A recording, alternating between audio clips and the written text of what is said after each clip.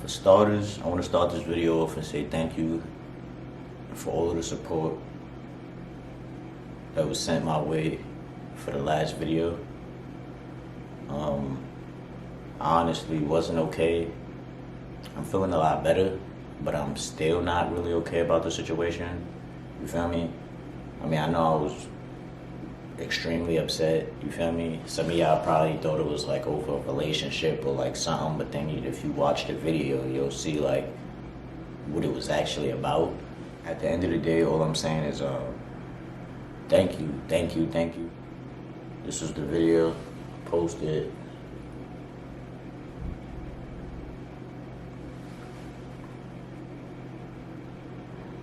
There was a lot of some of the comments.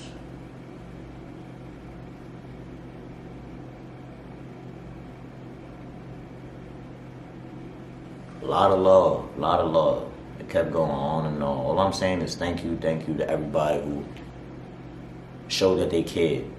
Thank you to all the people that had the dumbest responses too. But I'm gonna be honest, I want to give a special appreciation and thank you to a brother named G Season.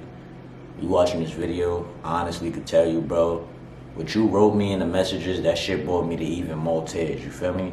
I ain't hear nothing that real in a minute. You know, I'm a young man, I'm growing, I'm learning every day. I'm still trying to figure this manhood out, you feel me? Nothing is easy. But he made a comment to me and he said, I'm gonna read it to y'all, it's right here. You feel me? And I just wanna, I wanna thank him for like what exactly he said, you know? Some guy said to me, and I loved it too because I love the hate. At the end of the day, the hate is what takes me the way how can I say it? Just like the joy, the love, you feel me, is gonna keep me strong, is gonna get me up. The hate is gonna bring me just as up, you feel me? So I appreciate all of it. At the end of the day, whether you support me, I appreciate you. And whether you hate on me or don't support me, I still appreciate you because at the end of the day, it's all good. Somebody said to me, man up, real men don't cry. Take some damn Viagra or play with it. I guess I would feel the same way. But don't cry about it. We are here for you.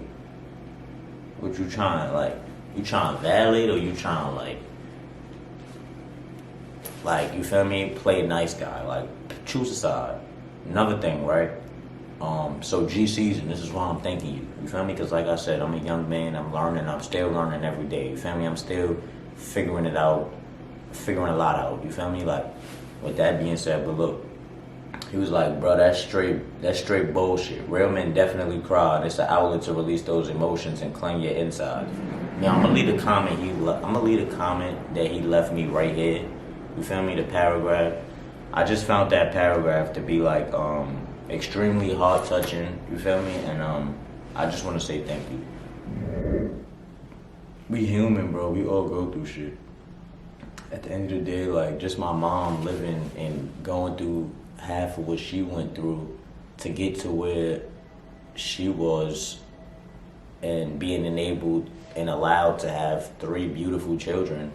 My mom had me and my 2 sisters, you feel me? Me and my 2 sisters. Altogether, she has 3 kids, you feel me? I have an older sister, I am the middle baby, and I have a little sister. Before I was born, my mom's was diagnosed with HIV. You obviously catch HIV from having unprotected sex with the wrong person in the heat of a moment, or whatever. Unprotected sex with the wrong person. That wrong person just so happened to be my dad. And my mom was like in her late 20s, like around 27 when she found out.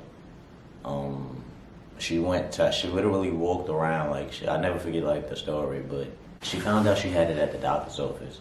When she left, she literally went around. I never forget the story, you feel me? Because, my mom always had like great sense of humor, extremely funny, extremely beautiful lady, you feel me? Like, you couldn't look at her and tell like anything was wrong. Like, just how you can't look at me and tell like I'm transgender.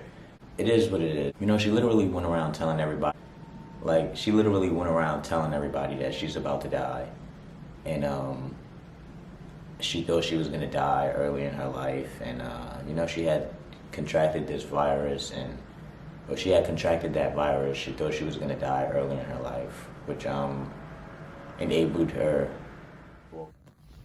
My fault, y'all. My camera died, so now I gotta record on my phone. But I wanted to finish the story for y'all. Anyway, my mom found out. Anyway, my mom had found out that she my camera dead ass died. Anyway, my mom had found out that she contracted the virus, and she thought it was the end of her life. You feel me? She went around telling everybody that she was about to die, and mind you, we weren't born yet. Like neither one of us, not my older sister, nor me, nor my little sister. And like she just thought her life was over. She was about like 27 at the time. And I could just only imagine how hard that must have been. I mean, I'm transgender, and I know people see like, all right, like I had top surgery, paid for it, got like embryos, got bottom surgery. It just looks easy, but at the end of the day, nothing's easy. You feel me? Like, yeah, maybe like some of the surgeries were a breeze, but just living daily and dealing with some people who would never understand the fact that I choose to live my life the way I choose to live my life is just as hard as dealing. You get what I'm saying? Like I could just only imagine what my mom was going through.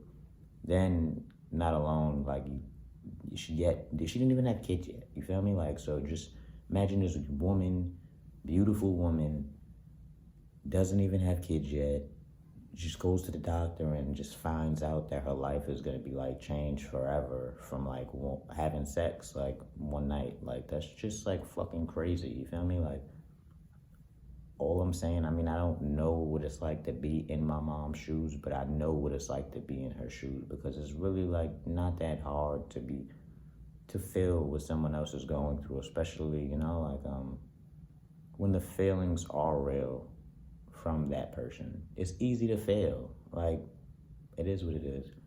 But obviously she didn't let that stop her. Look at me sitting in 4th U today, like she didn't let that stop her life, like she didn't let that be it right there.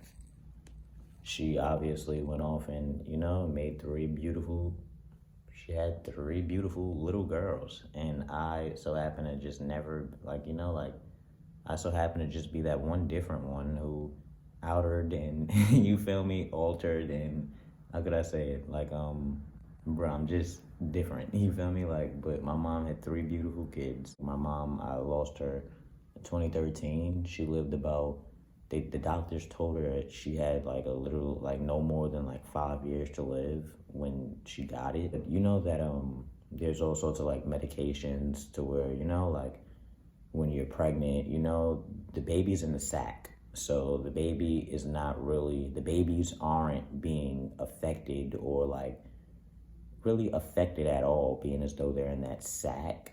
It's kind of hard to explain, but all of the medications that there were, doctors recommend that she take these medications and stuff like that to enable that all of her kids are born extremely healthy, and that's exactly what was done. And we all were here, we all 100% healthy, and my mom was still enabled to have like 3 beautiful kids in the midst of her feeling like her life was over.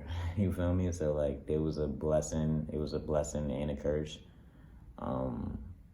I mean, I could dive a little bit deeper into my story, like my mom's story, like with the whole medications and healthy babies, and like it's just a great thing. It happens every day. I'm just grateful to like be here and be able to share my story with you and be 100% healthy doing that because of all that my mom has went through. We're freaking miracle babies, you feel me? Like, there's tons of kids that are born in this situation, you feel me? Like, and I want to share my story to share with those kids that you aren't alone, you feel me? Like, I lost my mom to AIDS, HIV, and I lost my dad to the same thing, but he just kind of outlived my mom due to taking his medications a lot longer than her. And if you ask me, I lost my dad to coronavirus, but that's a whole nother story and how exactly he died from COVID.